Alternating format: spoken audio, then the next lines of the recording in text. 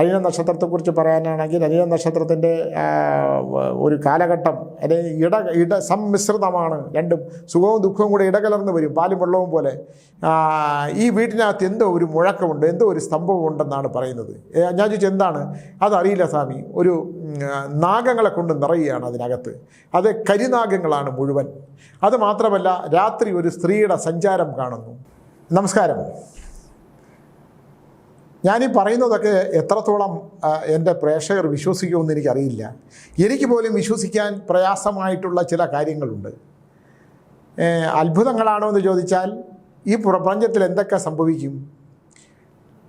ഞാൻ ഫോണിൽ കൂടെ സംസാരിച്ചാൽ റെക്കോർഡ് ചെയ്തിട്ട് ഞാൻ DNA കൂടെ പറയും, അവരുടെ പേര് പറയും എന്നൊക്കെ ഉള്ളതുകൊണ്ട് ചിലർ സ്വാമി ഒന്ന് കാണാൻ പറ്റുമോ? അപ്പോൾ ഞാൻ വീട്ടിൽ വെമ്പായത്തെ ബുദ്ധിമുട്ടാണ്, അപ്പോൾ പിന്നെ എങ്ങനെ കാണാൻ പറ്റും? അപ്പോൾ ഞാൻ പറയില്ലെങ്കിൽ മുറിപ്പാലത്തറി മാടാന്തപുര ക്ഷേത്രത്തിൽ വന്നാൽ നമുക്ക് അവിടെ കാണാം. അല്ല, എക്സാമിൻ്റെ പ്രഡിക്ഷൻ ഒന്നും വേണ്ട, ചില സംശയങ്ങളാണ് എന്നാണ്. എന്തായാലും ഇന്ന് വന്ന് കണ്ട ആൾ അതിഗംഭീരനായ ഒരു ജ്യോതിഷ പണ്ഡിതനാണ്. ജ്യോതിഷത്തെക്കുറിച്ച് അദ്ദേഹം ജ്യോതിഷം പറയുന്നില്ല, പക്ഷേ ജ്യോതിഷം നല്ലവണ്ണം മനസ്സിലാക്കിയിട്ടുള്ള ആളാണ്.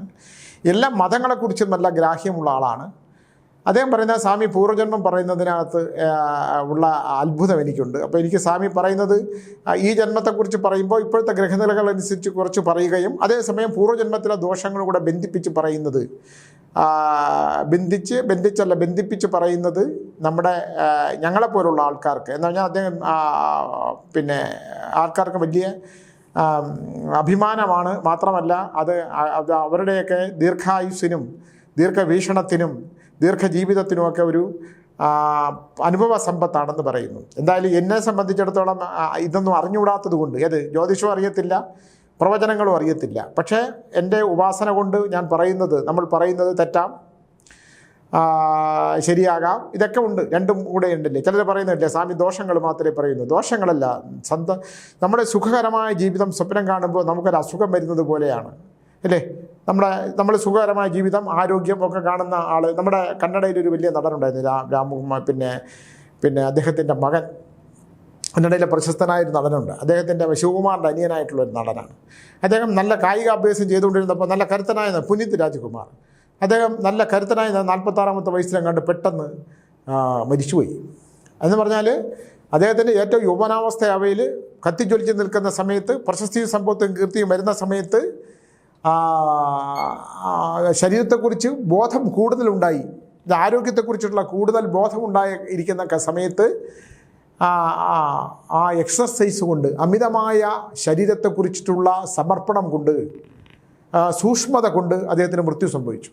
അപ്പോൾ ഇതിങ്ങനെ അപ്പോൾ ആ സമയത്ത് അദ്ദേഹത്തിൻ്റെ ഗ്രഹനിലകൾ പരിശോധിക്കുകയും ജന്മാവസ്ഥ കൃത്യമായി മനസ്സിലാക്കുകയും പൂർവ്വജന്മം മനസ്സിലാക്കുകയും, എന്നാൽ ഈ സമയങ്ങളിലൊക്കെ തന്നെ ഇന്ന സമയങ്ങളിലൊക്കെ നമുക്ക് ദോഷമാണ്, ഒന്ന് ശ്രദ്ധിക്കണമെന്ന് പറഞ്ഞു കൊടുക്കാൻ, അത്തരത്തിൽ അതിലൂടെ ഗവേഷണം നടത്തുകയും അതിലൂടെ സഞ്ചരിക്കുകയും ചെയ്യുന്ന ഒരാളെ കണ്ടുമുട്ടിയിരുന്നെങ്കിൽ ആ സമയത്ത് ശരീരത്തിൻ്റെ കായികമായിട്ടുള്ള അഭ്യാസങ്ങൾ കുറയ്ക്കാൻ സാധിച്ചേനെ. അപ്പോൾ എന്തായാലും അത് കടക്കാൻ സാധിക്കാത്തത് അല്ല, അദ്ദേഹം ഈ ഭൂമിയിൽ നിന്ന് പോയി. എന്തായാലും ഒരു വലിയ നടനെ നമുക്ക് നഷ്ടപ്പെട്ടു, ഒരു നല്ല മനുഷ്യ സ്നേഹിയെ നഷ്ടപ്പെട്ടു. പുനീത് രാജ്കുമാർ വളരെ പ്രായവും കുറവായിരുന്നു, 46 വയസ്സെന്നാണ് എൻ്റെ ഓർമ്മ. ഞാനിതിപ്പോൾ ഇത് പറയാനുള്ളതിൻ്റെ ഒരു കാരണം, ഈ വന്ന ജ്യോതിഷ പണ്ഡിതൻ എന്നോട് പറഞ്ഞത് അദ്ദേഹത്തിൻ്റെ മുമ്പിൽ ഒരു സംഭവം ഉണ്ടായി. ഒരു സംഭവം എന്ന് പറഞ്ഞാൽ 9 കുട്ടികളെ പ്രസവിച്ച ഒരമ്മ 9 കുട്ടികളെ പ്രസവിച്ചു.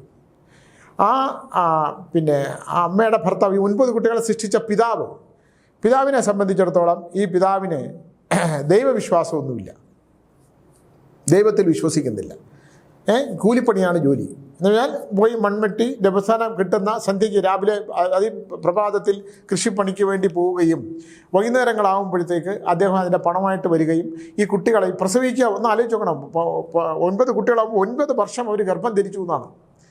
ആ കുട്ടികളെ വളർത്തി, പാല് കൊടുത്ത് വളർത്തി, ഓരോരുത്തരെയായിട്ട് വളർത്തി, മൂത്ത മകൻ തന്നെ പിന്നെയുള്ള പെൺക്കളെ നോക്കും, അടുത്ത മകനെ നോക്കും. ഇങ്ങനെ വളർത്തിക്കൊണ്ടിരിക്കുമ്പോൾ ഇദ്ദേഹം മരം വെട്ടുമ്പോൾ ഭൂമി വെട്ടുമ്പോൾ ഒരു ശബ്ദം കേട്ടപ്പോൾ അത് എന്താണെന്ന് അറിയാനായിട്ട് മണ്ണ് കുഴിക്കുമ്പോൾ കിട്ടുന്നത് ഒരു ഗണപതിയുടെ വിഗ്രഹമാണ്.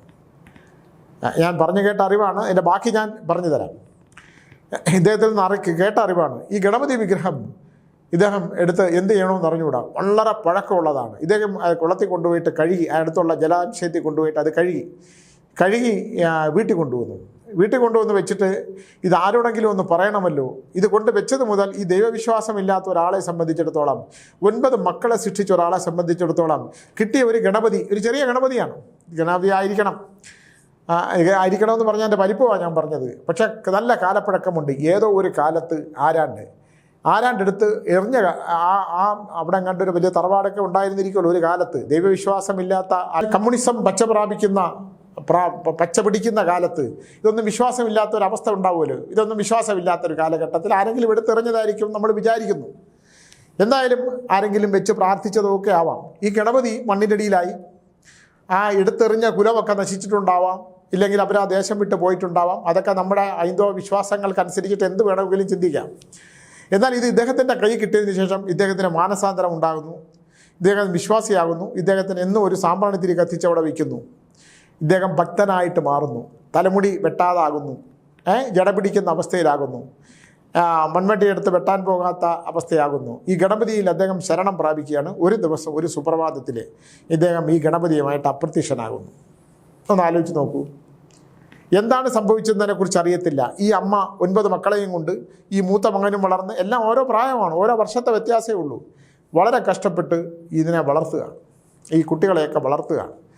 വളർത്തുമ്പോൾ സംഭവിച്ച ഒരു കാര്യം, ഇദ്ദേഹം എവിടെയാണെന്നറിയില്ല, ജീവിച്ചിരിപ്പുണ്ടോ എന്നറിയത്തില്ല. ഭർത്താവ് ജീവിപ്പിച്ചാണ്. ഈ അമ്മ കഷ്ടപ്പെട്ട് ഈ മക്കളെയൊക്കെ വളർത്തുന്ന സമയത്താണ് ഒരു ദിവസം ഇദ്ദേഹം കിടക്കുന്ന മുറിയിൽ ഒരു നാഗത്തെ കാണുന്നു. അത് ചീറ്റുന്ന ശബ്ദം കേട്ടാണ് ഇവർ പോയി നോക്കുന്നത്.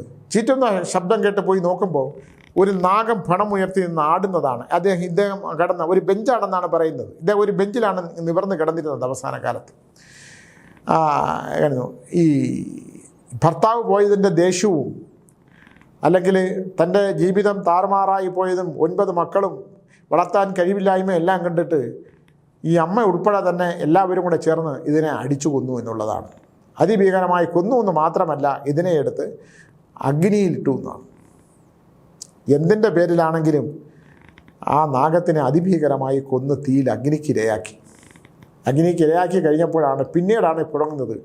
ഈ ചുറുചുറുക്കുണ്ടായിരുന്ന ഈ ബാക്കിയുള്ള മക്കളൊക്കെ തന്നെ, 1ാമത്തെ മക്കൾ മുതൽ 1, 2, 3, 4, 5, 6, 7, 8ാമത്തെ കുട്ടി വരെ നല്ല ഊർജ്ജസ്വലരായിരുന്ന അവർ തന്നെ ഈ പാമ്പിനെ കൊന്നൊരു 90 ദിവസം കഴിയുമ്പോൾ മുതൽ ഇവർക്ക് സംസാരശേഷി നഷ്ടപ്പെടുകയും ഇവരെല്ലാം ഓരോരോ അവസ്ഥകളിലൂടെ ശാരീരികമായ അവസ്ഥകൾ ഉണ്ടാകുകയും സ്കിന്നിന് പ്രശ്നങ്ങൾ ഉണ്ടാകുകയും ഒക്കെ ചെയ്ത് ഇവർ ദുരിതത്തിൻ്റെ പടുകുഴിയിലേക്ക് പോയി വീഴും.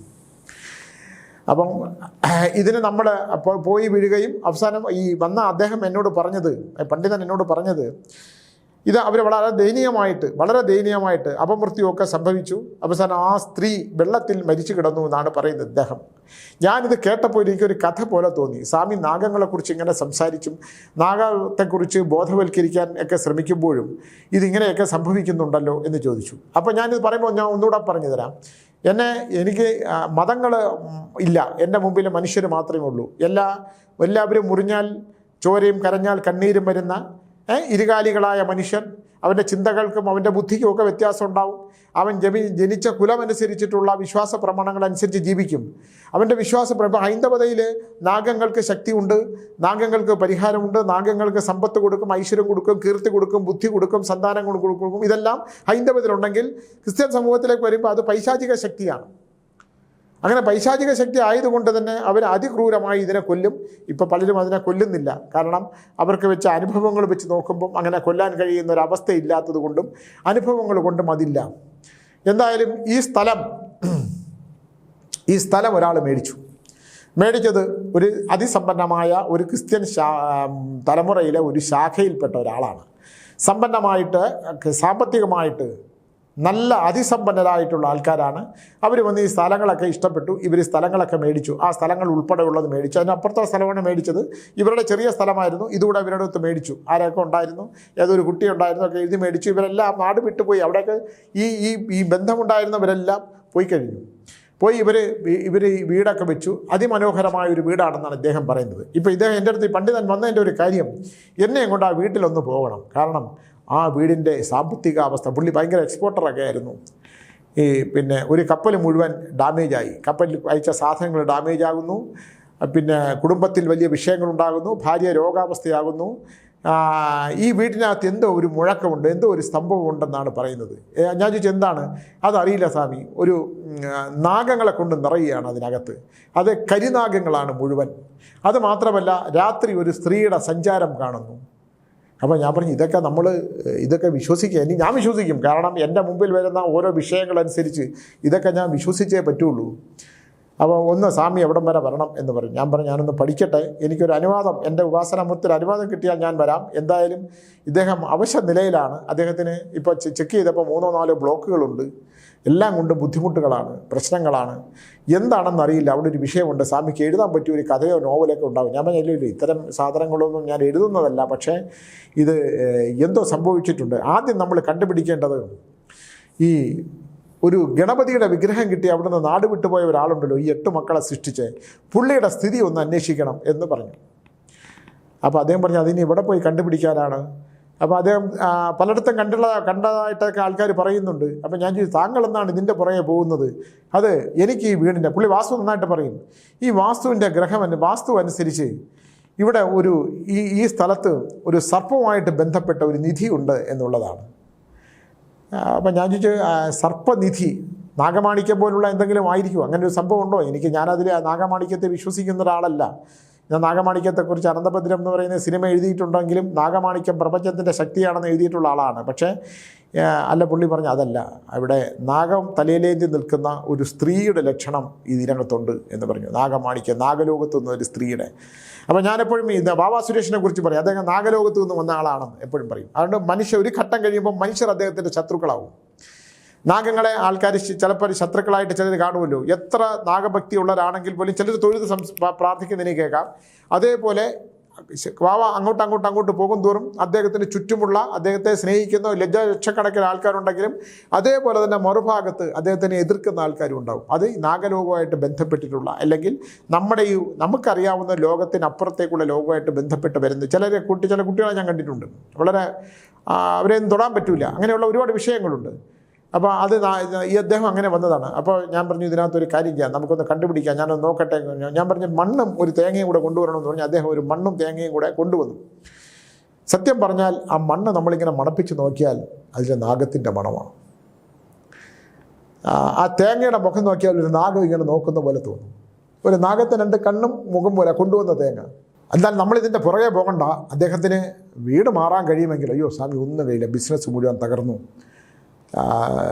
സമ്പാദ്യങ്ങളൊക്കെ നശിച്ചു, ഒരു വല്ലാത്ത മാനസികാവസ്ഥയിലാണ്, ഇതിൽ നിന്ന് അദ്ദേഹം എങ്ങനെ കരകയറും എന്നുള്ളതിനെക്കുറിച്ച് നമുക്ക് വളരെ ബുദ്ധിമുട്ടാണ് എന്ന് പറഞ്ഞു.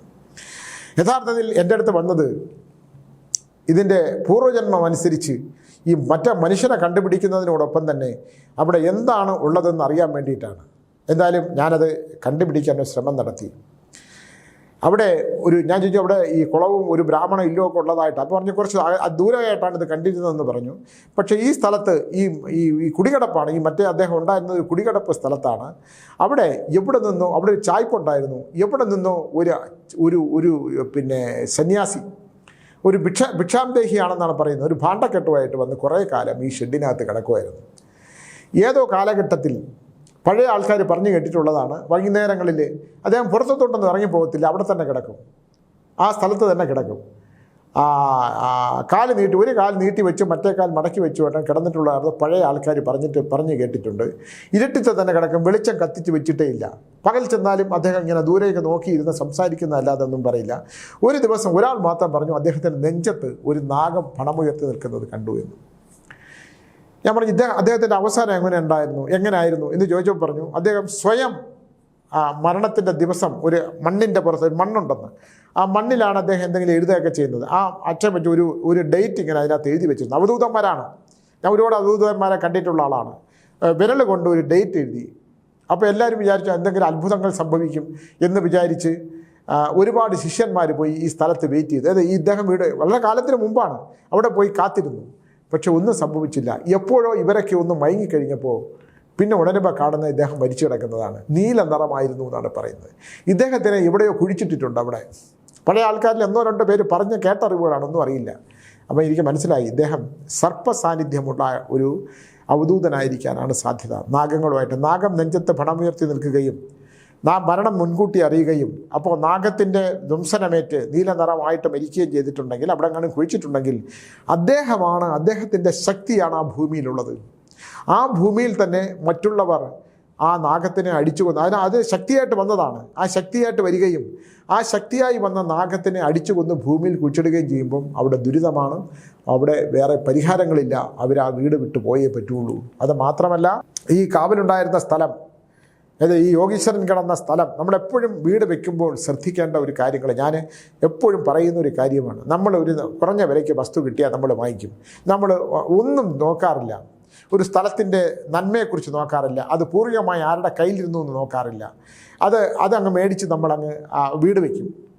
വാസ്തുവിനെക്കുറിച്ച് ബുക്ക് നോക്കി പഠിക്കുകയും ഇതിനകത്ത് വാസ്തുവിനെക്കുറിച്ച് യൂട്യൂബിൽ പറയുന്ന ചില കാര്യങ്ങളൊക്കെ എടുത്ത് അതിനെയൊക്കെ നോക്കിയിട്ട് ഒരു നല്ല വാസ്തു പരിശോധന കൊണ്ടുവന്ന് ഈ ഭൂമിക്കായിട്ടുള്ള 2 തലമുറ മുമ്പ് ഇവിടെ എന്തെങ്കിലും ഉണ്ടായിരുന്നോ, 2 തലമുറ മുമ്പ് ഈ മണ്ണിൻ്റെ സ്ഥിതി എന്തായിരുന്നു, ഇവിടെ ക്ഷേത്ര സംവിധാനങ്ങൾ ഉണ്ടായിരുന്നോ, ഇതുപോലുള്ള എന്തെങ്കിലും കാര്യങ്ങൾ ഉണ്ടായിരുന്ന സ്ഥലമാണോ, ഇവിടെ മരങ്ങൾ ഏതൊക്കെയാണ് ഉണ്ടായിരുന്നത്, ഇവിടെ ദിവ്യത്വമായിട്ടുള്ള എന്തെങ്കിലും പനയോ പാലയോ പോലുള്ള സാന്നിധ്യങ്ങളുള്ള മരങ്ങൾ വെട്ടിമുറിച്ച് കളഞ്ഞിട്ടുണ്ടോ, ഉണ്ടായിരുന്നു, എന്നൊക്കെയുള്ള ഒരുപാട് കാര്യങ്ങൾ നോക്കിയിട്ട് നമ്മൾ വീട് വെച്ചില്ലെങ്കിൽ ഈ നാഗവുമായിട്ട് ബന്ധപ്പെട്ടതാണെങ്കിൽ ക്യാൻസർ ബാധ ഉറപ്പായിട്ട് വരുന്നതാണ്. ഞരമ്പുകൾക്ക് രോഗമുണ്ടാകുക, ഇതെല്ലാം ഉണ്ടാകുന്നതാണ്. കുടുംബ ദുരിതങ്ങൾ ഉണ്ടാകുക, ദാമ്പത്യത്തെ തകർച്ചകൾ ഉണ്ടാകുക.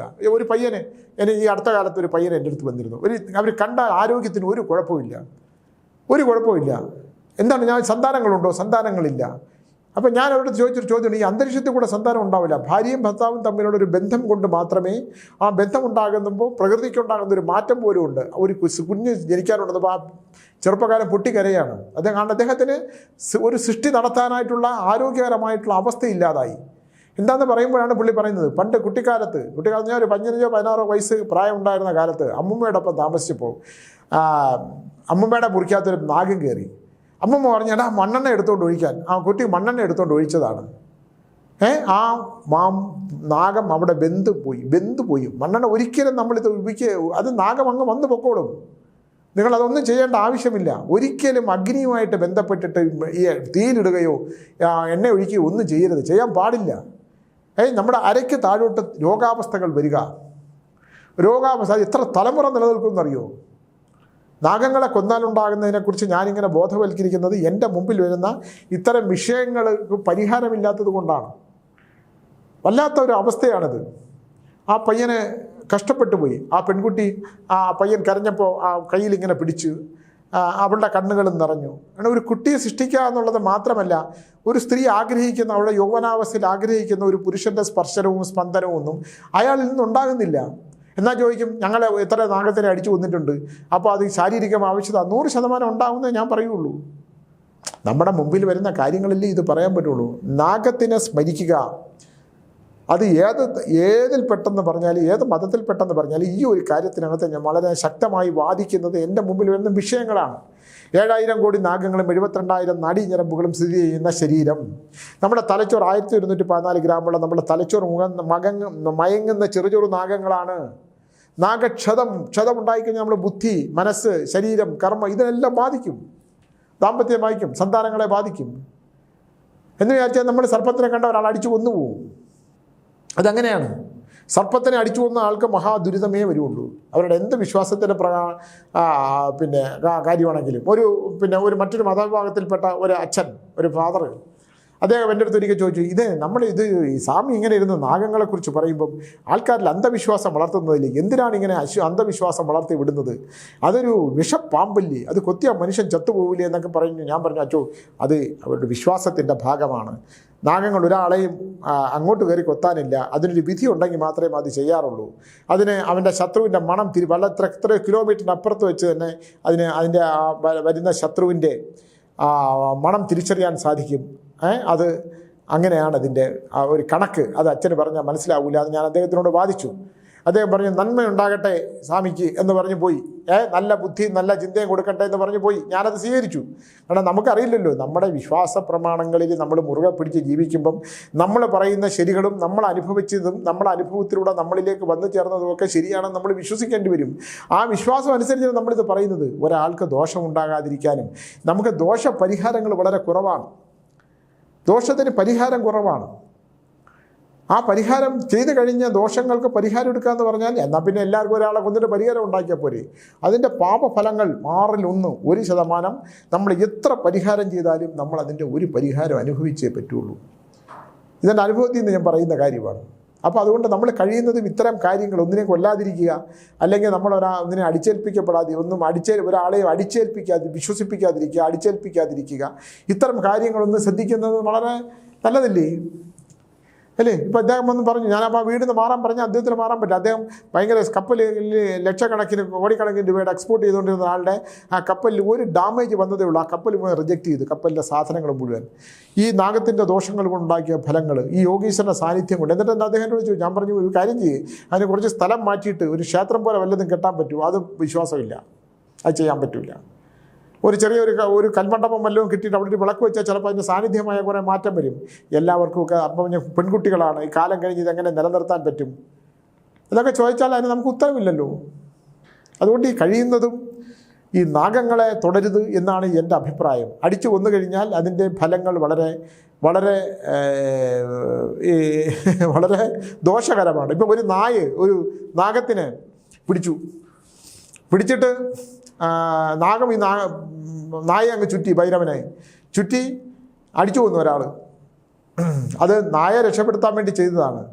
അവസാനം എന്താണ്? ഈ നായ 24 മണിക്കൂറും മോങ്ങിക്കരഞ്ഞുകൊണ്ടേയിരിക്കും. ഒരു കാര്യവുമില്ല. കാരണം ആ മരണപ്പെട്ട നാഗത്തിൻ്റെ പ്രേതബന്ധം, കാരണം ആ നാഗം തൻ്റെ കൺമുമ്പിൽ നിൽക്കുന്ന പോലെ ഈ നായ്ക്ക് തോന്നുകയാണ്. എന്നാലോചിച്ച് നോക്കൂ. അതേസമയം ഈ അടിച്ചു കൊന്ന ആളുണ്ടല്ലോ, പുള്ളിക്ക് ഒരു കുഴപ്പവും ഉണ്ടായിരുന്നില്ല. പുള്ളി നായയെ രക്ഷിക്കാൻ വേണ്ടി, നല്ലതിന് വേണ്ടി ചെയ്തതാണ്. ഈ നായയെ രക്ഷിക്കാൻ വേണ്ടി സർപ്പത്തിനെ കൊന്നു. അത് പണം ഉയർത്തി, ആ നായ ഇങ്ങനെ ചുറ്റിയിട്ട് അതിങ്ങനെ പണം ഉയർത്തി നിൽക്കുകയായിരുന്നു. ഒറ്റ അടിയിൽ എൻ്റെ തല തെറിച്ചു പോയി എന്നാണ് പുള്ളി പറയുന്നത്. കാരണം വേറെ മാർഗ്ഗമില്ലായിരുന്നു. കാരണം കൊത്തും, ഇല്ലെങ്കിൽ ഈ നായ കൊത്തും എന്ന് വിചാരിച്ച് ചെയ്തതാണ്. അദ്ദേഹത്തിന് കഴുത്തിങ്ങനെ ചരിക്കാൻ പറ്റാതായിപ്പോയി. കഴുത്തിങ്ങനെ ചരിക്കാന്ന് പറഞ്ഞാൽ ഇങ്ങനെ അങ്ങ് ഇരിക്കുകയാണ്, നിവർക്കാൻ പറ്റാതായിപ്പോയി. ഈ ഒറ്റ അടിയിൽ തല അങ്ങ് ചരിഞ്ഞങ്ങ് പോയില്ലേ, അതുപോലെ ഈ തല ഇങ്ങനെ ചരിഞ്ഞു പോയി. നമ്മളോട് സംസാരിക്കുമ്പോൾ ഇങ്ങനെ സംസാരിക്കണേ. ഞാൻ പറഞ്ഞ വല്ല ഒരു മാർഗ്ഗമില്ല സാറേ, ഇത് ആ ശാസ്ത്രത്തിനകത്ത് സ്വാമി, ഇതിനകത്ത് ഒരു ബന്ധവുമില്ല ശാസ്ത്രത്തിന്. ഇത് തല ഇങ്ങനെ ചരിഞ്ഞു പോയി, ചരിഞ്ഞാണ് ജീവിക്കുന്നത്. അപ്പോൾ ഇത് അന്ധവിശ്വാസമാണോ എന്ന് ചോദിച്ചാൽ എങ്ങനെ വേണമെങ്കിലും എടുക്കാം. ഞാനിത് പറയുന്നത് എൻ്റെ മുമ്പിലേക്ക് വരുന്ന, അഭയം തേടി വരുന്ന, എനിക്കതിനെ പല ചോദ്യത്തിനും ഉത്തരവില്ല, വരുന്ന മനുഷ്യർക്ക് പരിഹാരം പറഞ്ഞു കൊടുക്കാൻ പറ്റാത്ത പരിഹാരങ്ങളില്ല. വളരെ പിതൃക്കൾക്കൊക്കെയാണ് ചില പരിഹാരങ്ങൾ തന്ത്രശാസ്ത്രത്തിലുള്ളത്. മറ്റതൊന്നും അത്ര 100% എടുക്കാൻ പറ്റില്ല. എന്നാലും പരിഹാരം ചെയ്യുമ്പം തന്ത്രശാസ്ത്രത്തിൽ പറയുന്ന പരിഹാരമൊക്കെ ചെയ്തു തരാമെന്ന് പറഞ്ഞാൽ, ചുമ്മാ നമ്മളിപ്പം ബലികർമ്മങ്ങൾ ചെയ്യണമെങ്കിൽ നമ്മൾ തിരുവല്ലത്ത് പോയിട്ട് ബലികർമ്മങ്ങൾ ചെയ്താൽ അത് കുറേ പേരെ ഇരുത്തി ആ പിതൃക്കൾക്കുള്ള ബലിപെടുപാടായിട്ട് ചെയ്തു തരും. പക്ഷേ ദുരിതപ്പെട്ട് മരിച്ച പിതൃക്കൾ, ഒരു വംശവും ഒരു കുലവും നശിക്കാൻ കാരണക്കാരായ പിതൃക്കൾ ഈ ഭൂമിയിൽ നിന്ന് വേർപെട്ട് വിഷ്ണുവാദത്തിൽ ലയിക്കാതെ നിൽക്കും. അത്തരത്തിലുള്ള മനുഷ്യരെ തന്ത്രശാസ്ത്രത്തിലൂടെ ഒരു ഹോമമുണ്ട്, ആ ഹോമത്തിലൂടെ ആവാഹിച്ച് മാറ്റിയാൽ ഒരു പരിധിവരെ നമുക്ക് മാറ്റം ഉണ്ടാകുമെന്ന് മാത്രമേ പറയാൻ പറ്റുള്ളൂ. വളരെ വളരെ ചിന്തിച്ച് ചെയ്യേണ്ട കാര്യങ്ങളാണ്. എന്നാൽ അനിഴ നക്ഷത്രത്തെക്കുറിച്ചാണ് ഞാനിനി പറയാനുള്ളത്. ഞാൻ കഴിഞ്ഞ 30 ദിവസത്തെ പറഞ്ഞു. പക്ഷേ ഓരോ ദിവസം നോക്കുമ്പോൾ നക്ഷത്രങ്ങൾക്ക് ചില മാറ്റങ്ങൾ ഉണ്ടാകുന്നു. നക്ഷത്രങ്ങൾക്ക് മാനസിക സംഘർഷങ്ങൾ ഉണ്ടാകുന്നു, ദോഷദുരിതങ്ങൾ ഉണ്ടാകുന്നു. അപ്പോൾ ചില കാര്യങ്ങൾ നമ്മളൊന്ന് വളരെ ശ്രദ്ധിക്കുന്ന ഒരു കാലഘട്ടത്തിലൂടെ നമ്മൾ കടന്നു പോകുന്നത് നല്ലതാണ്. വിശാഖം നക്ഷത്രത്തിൻ്റെ വൃശ്ചിക രാശിക്കാർക്ക് സമയം അനുകൂലമായ കാലഘട്ടമാണെങ്കിൽ പോലും ഇടപാടുകൾ, സാമ്പത്തിക ഇടപാടുകൾ, വാക്കുകൾ തമ്മിലുള്ള പിന്നെ ഒരാളുടെ വാക്ക് പറയുന്നത്, ഇത്തരം കാര്യങ്ങളൊന്ന് വിശാഖത്തിൻ്റെ വൃശ്ചികം രാശിക്കാർ നല്ല കാലമാണ്, നല്ല സമയമാണ്. തുലാം രാശിക്കാരെക്കാൾ, ഞാൻ തുലാം രാശിയാണ്, എന്നെക്കാൾ നല്ല സമയമാണ് മറ്റൊന്നുള്ളത്. നമ്മൾ വളരെ ശ്രദ്ധിക്കേണ്ട നിസ്സാര കാര്യങ്ങൾ പോലും ഒരു ബലൂൺ പോലെ വീർത്ത് വരികയും പിന്നെ അത് പൊട്ടിപ്പോവുകയും ചെയ്യും. അതാണ് തുലാം രാശിയുടെ ലക്ഷണം തന്നെ. അപ്പോൾ നമ്മുടെ പൂർവ്വജന്മമായിട്ട് ബന്ധപ്പെട്ടുള്ള ചില കാര്യങ്ങളൊക്കെ വന്നു കയറുമെങ്കിലും ഒന്ന് ശ്രദ്ധിക്കണം. അത് ഞാൻ ഉൾപ്പെടെയുള്ള ആൾക്കാർ ശ്രദ്ധിക്കണം. പറയുന്ന വാക്ക്, ചെയ്യുന്ന കർമ്മം, ചെയ്യുന്ന യാത്ര, ഇതൊക്കെ വളരെ പ്രധാനപ്പെട്ടതാണ്. അപ്പോൾ ഇതിനകത്ത് വിശാഖത്തിൻ്റെ വൃശ്ചിക രാശിക്കാർക്ക് അനുകൂലമായ ഗ്രഹനിലകളും വ്യാഴത്തിൻ്റെ സഞ്ചാരമൊക്കെ വളരെ അനുകൂലമാണെങ്കിലും വേണ്ടപ്പെട്ടവരും ഉറ്റവരും ഉടയവരുമായിട്ടുള്ള ശത്രുത ഉണ്ടാകാനുള്ള സാധ്യത അഹങ്കരിച്ച് എനിക്ക് ഏറ്റവും നല്ല സമയമാണെന്ന് പറഞ്ഞ് നല്ല വഴക്കിടാൻ പോയാൽ ഇതൊക്കെ വളരെ ദോഷകരമായി ബാധിക്കാനുള്ള കാര്യങ്ങളുള്ളതുകൊണ്ട് അത്തരം കാര്യങ്ങളൊന്നും ശ്രദ്ധിക്കുന്നത് നല്ലതാണ്. സാമ്പത്തിക ഡീലിങ്സ് ശ്രദ്ധിക്കണം. ശ്വാസകോശ സംബന്ധമായ പ്രശ്നങ്ങൾ വരികയോ മുട്ടിന് താഴോട്ട് എന്ന് പറഞ്ഞാൽ അരയ്ക്ക് താഴോട്ടുള്ള ചില രോഗങ്ങൾക്ക് അല്ലെങ്കിൽ മുറിവുകൾക്ക് സാധ്യതയുള്ളവർ ശ്രദ്ധിക്കണം. മാതാപിതാക്കളുമായിട്ട് വല്ല ശത്രുതയുണ്ടെങ്കിൽ അത് ഏത് വൃശ്ചിക രാശിക്കാർക്ക് കോപം കൂടുതലാണല്ലോ, വിശാഖ നക്ഷത്രക്കാർക്ക്, ഞാൻ ഉൾപ്പെടെയുള്ള ആൾക്കാർക്ക്. അപ്പോൾ അത് ഒന്ന് ശാന്തമായിട്ട് സംസാരിക്കാനും അത് മറ്റുള്ളവർ പറയുന്നത് കേൾക്കാനും എടുത്തടിച്ച പോലെ വർത്തമാനം പറയാനും എനിക്ക് വേണം അനുകൂലമായതുകൊണ്ട് എനിക്കിപ്പോൾ എല്ലാ സമ്പത്തും എനിക്കുണ്ടാകുമെന്ന് വിചാരിച്ചുള്ള ദോഷങ്ങളൊന്നും ഉണ്ടാകാതിരിക്കാനും വളരെ ശ്രദ്ധിക്കേണ്ട ഒരു സമയമാണ്. അനിഴ നക്ഷത്രത്തെക്കുറിച്ച് പറയാനാണെങ്കിൽ അനിഴ നക്ഷത്രത്തിൻ്റെ ഒരു കാലഘട്ടം സമ്മിശ്രിതമാണ്. രണ്ടും സുഖവും ദുഃഖവും കൂടെ ഇടകലർന്ന് വരും, പാലും വെള്ളവും പോലെ.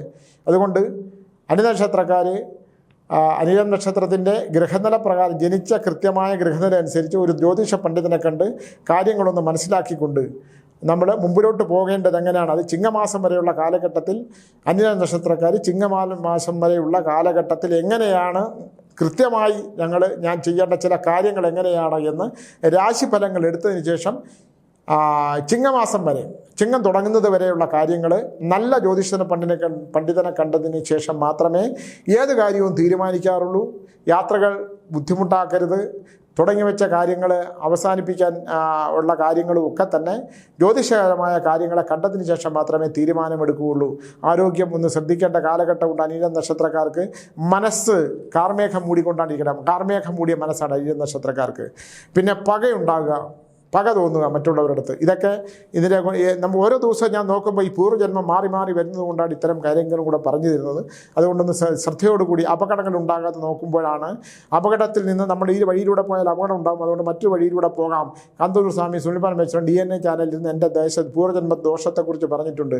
അപ്പോൾ ആ ദോഷം ഒന്നും വരാതിരിക്കാനായിട്ട് അതിൻ്റെ കാലുകൾക്ക് രോഗദുരിതങ്ങൾ വരാതിരിക്കാനും ഉദരത്തിന് രോഗം വരാതിരിക്കാനും അതിനെ നക്ഷത്രം ശ്രദ്ധിക്കണമെന്ന് ഞാൻ പറയുകയാണ്. എന്തായാലും നിങ്ങൾ അനിഴവും പിന്നെ വിശാഖ വിശാഖവും അനിഴവും നക്ഷത്രക്കാർ നല്ലൊരു ജ്യോതിഷ പണ്ഡിതനെ കണ്ട് കാര്യങ്ങൾ ഗ്രഹിച്ച് ചിങ്ങമാസം തുടങ്ങുന്നത് വരെ ഉള്ള കാര്യങ്ങളും തുടങ്ങാനുള്ള കാര്യങ്ങളും ആരോഗ്യപരമായ കാര്യങ്ങളും ഒന്ന് ശ്രദ്ധിച്ചിട്ട് മുമ്പിലോട്ട് പോകണമെന്ന് പറഞ്ഞുകൊണ്ട് നിർത്തുന്നു. നാഗങ്ങളെ സ്തുതിക്കണമെന്നും നാഗാരാധന നടത്തണമെന്നും പറഞ്ഞുകൊണ്ട് നാഗങ്ങളെക്കുറിച്ചുള്ള വിഷയങ്ങൾ ഓരോ ദിവസവും കൂടി വരികയും വംശത്തിന് ദുരിതമുണ്ടാകുകയും സന്താനങ്ങൾക്ക് ദുരിതമുണ്ടാകുകയും സമ്പത്തിന് ദുരിതമുണ്ടാകുകയും ചെയ്യുമ്പോൾ അതിന് പരിഹാരമായി നാഗ പരിഹാരങ്ങൾ മാത്രമേ ഉള്ളൂ എന്ന് പറഞ്ഞുകൊണ്ട് നിർത്തുകയാണ്. നന്ദി, നമസ്കാരം.